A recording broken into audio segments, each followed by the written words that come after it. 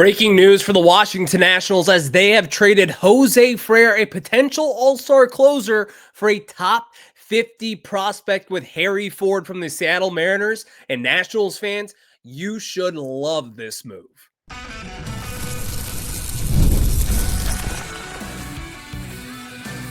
You are Locked On Nationals, your daily Washington Nationals podcast, part of the Locked On Podcast Network, your team every day.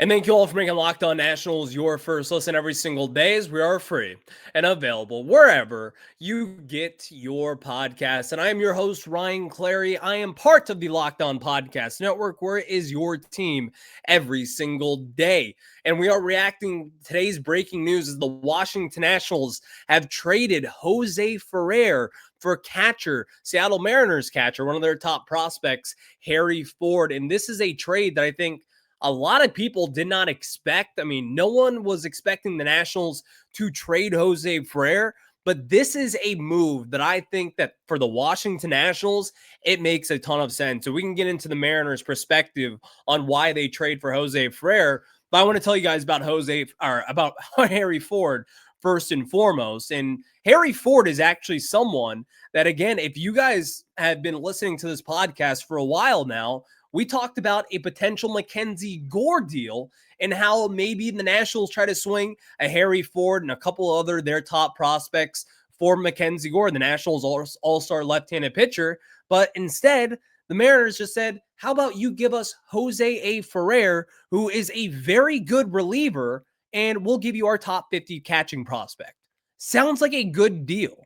And I think that's what it comes down to, because a lot of Nationals fans are sitting there and they see that Harry Ford is a top 50 prospect. He is one of the best catching prospects in baseball today. He was a top 15 pick a few years ago. He's coming off an unbelievable season at AAA in which he batted .280. He had a .460 slug. And in this season, he had 16 home runs in just 97 games. I mean, he crushed the baseball in AAA Tacoma. So you look at those numbers and you're like, well, sign me up for that, because when you look at the Washington Nationals catching situation, this is a position that has been a problem.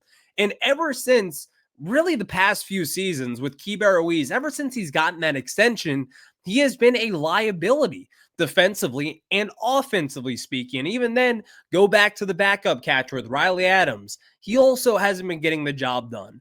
This is a situation for the Nationals in which Paul Deboni sign me up for this each and every single day. When the Washington Nationals try to make these big moves, like, you cannot tell me today that this is a bad deal for the Nationals. You are getting an offensive first catcher in Harry Ford, who does have all-star potential. And by the way, the reason why the Mariners may give up a top 50 prospect in the game, well, you probably heard of the name Cal Raleigh.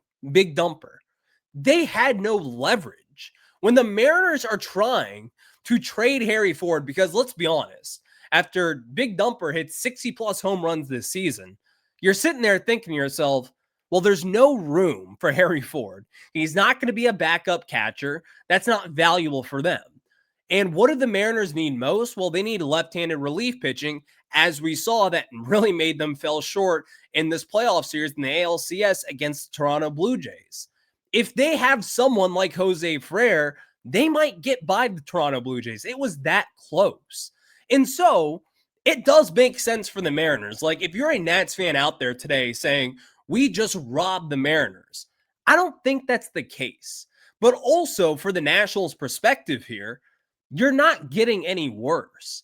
This was a bullpen that was probably the second worst, if not the worst, in all of baseball last season. I think the first takeaway when you look at trading Jose Ferrer, well, you're bad with Jose Ferrer. You're not going to be much better without him, obviously, and you're not going to be much worse. So at that point, that makes sense. This is a high upside kind of move for the Nationals. And in my case, I think that a lot of Nationals fans out there, you should be thrilled with this move. Harry Ford is someone who could easily come in here and maybe start on opening day. Like, in my mind, at this point on December 6th in 2025, I would probably make the prediction that Harry Ford would be your opening day starting catcher. And I think that is an obvious camp battle in spring training, which is something that Paul Taboni has mentioned throughout this process. He wants to have competition.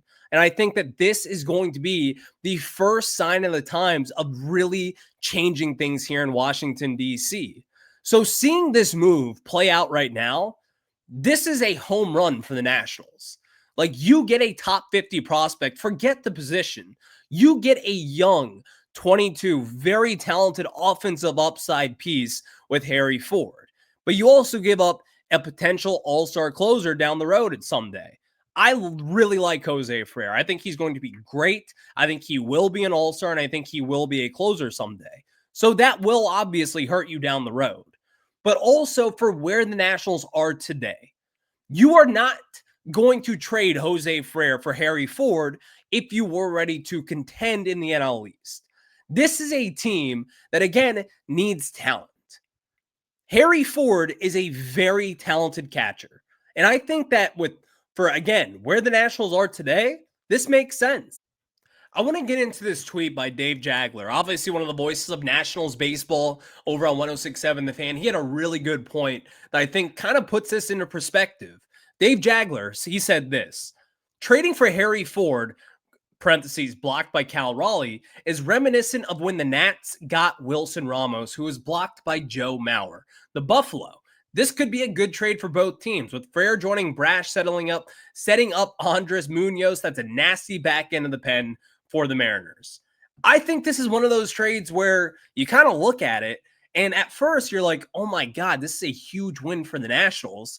And it is a win, but also this is a win for both sides, and this makes sense for both teams. When you're a team trying to win now, that kind of calls for some desperation. And when you are Jerry DiPoto, who in my mind was kind of in the hot seat a few years ago, I think you have to do everything that you can, especially when you are just one game away from the World Series. And I think that does put a lot of pressure on him to try to make this move. But when you are in the national seat like they are today, where, listen, you can give up young talent if you really want to. It's not going to hurt you at the end of the day. You just won like 66 games or whatever it was this season. It's not going to hurt you giving up a bullpen guy who can help you for 5 innings every week or so. It's not going to be the end of the world. But to get a top 50 prospect like a Harry Ford, who could be a very good offensive piece, maybe has a little bit of work to do defensively, which I think he can get done here. He's 22 years old. He's by no means a finished product, and there is certainly a case for him to start off the year in AAA. But for where the Nationals are today, this makes so much sense. And I think that this is a move that, quite frankly, we have not made in the last few years. Like, who had Jose Ferrer being traded on your bingo card this offseason? Not me. And who had Jose Ferrer getting traded for a top 50 prospect who is major league ready? Definitely not me. And I don't think any Nationals fan expected that to happen this offseason. So as soon as I saw this trade, quite frankly, I thought it was fake. But Andrew Golden of the Washington Post, he did make this trade. And this was something that I think a lot of people were not really expecting. And this is a move that I do believe really will turn out well for the Nationals. And let's talk about the downside, I guess, for just a little bit. Let's say it doesn't work out. It's not that big of a deal. You are taking a big swing on someone who could be very good offensively behind the plate and might need a little bit of work defensively, but you're giving up someone with Jose Ferrer who is very good. And yes, you may look at the numbers, and Mariners fans out there may say, well, look at his ERA and look at his walk rate. You're right. It's not that great. But that's a guy that I am willing to bet on being a very good player. And for the Nationals part of it, this is a bad bullpen. Your bullpen just got worse with Jose Ferrer. But guess what? This was a bad bullpen to begin with. You don't really have that many pieces coming up to help you right now. Are the Nationals going to go out there and sign 7 different guys this offseason to help them immediately? No. You're probably going to be shopping in that Lucas Sims category again, which we all know how that went this past year. Not that great. And that's okay. That's what the Nationals should be doing. This, in my opinion, is for the long run for the Nationals, and that's how it should be. And so seeing this move today, it's shocking because I think a lot of people did not expect to see Jose Ferrer traded. I think for Mariners fans, they expected to see Jose Ferrer trade or Harry Ford traded, but maybe not for a left-handed closer or eighth inning setup guy like a Jose Ferrer. But for the Nationals, this move is a great one. And if you are Paul Taboni out there in this Nationals front office, you have to be thrilled with what you get in return. So it's just a short little podcast today. Did want to get a quick reaction to this. I love this trade for the Nationals. If you're a Mariners fan out there, I understand the frustration, but you're getting someone who is also a very good reliever who I think will be a closer down the road for you. But the Nationals may have just gotten their future catcher. And if you're a Nats fan out there, maybe a little confused with this decision, this is going to be a good move. And if it works out, you got yourselves an all-star Silver Slugger winning catcher behind the plate. That's how good Harry Ford could be down the road. So thank you all for making Locked On Nationals your first listen.